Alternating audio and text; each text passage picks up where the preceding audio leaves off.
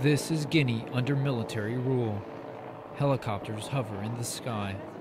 Soldiers scurry about neighborhoods of the capital Conakry rocked by recent unrest. The head of the army appears on state television telling citizens what they can and cannot do. Police break up any congregation of people out on the streets. Residents like More Kamara stand in courtyards and tell horror stories.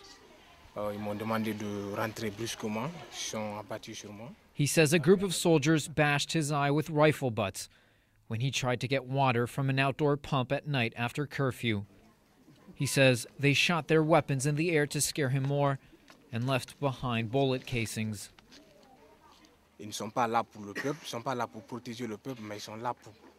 He says soldiers do not seem to be in Guinea to protect the people anymore, but to protect the interests of President Conte and his regime. He says people are disappointed. He says soldiers should defend justice and not a dictator. Conakry shows the scars of the recent unrest. Shops on main avenues are shuttered. Neighborhoods are littered with overturned cars. The main market is deserted.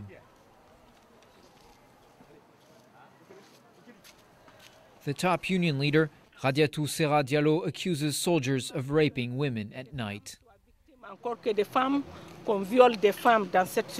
The government blames unknown assailants for the attacks, but human rights activists make similar accusations. Diallo says this really pains her. She says this must stop.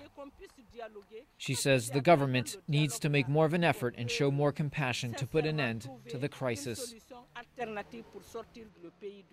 More than 100 people have been killed in the unrest. Many more have been wounded. This is a ward at the main hospital.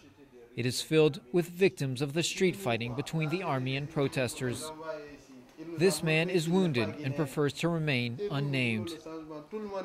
He says Guineans want change. He says they are tired of poverty and crumbling government services, and that is why they are protesting. He has a gunshot wound to the leg, the bullet lodged in his knee. He says he is ready to sacrifice himself for the future of his country. He says he will go back out on the streets to protest if Mr. Conte does not leave power. Small markets are starting to reopen, but prices for basic goods have gone up. Mr. Conte says he will remain in power. For these young Guineans, it seems the strike has caused more hardship and more deterioration.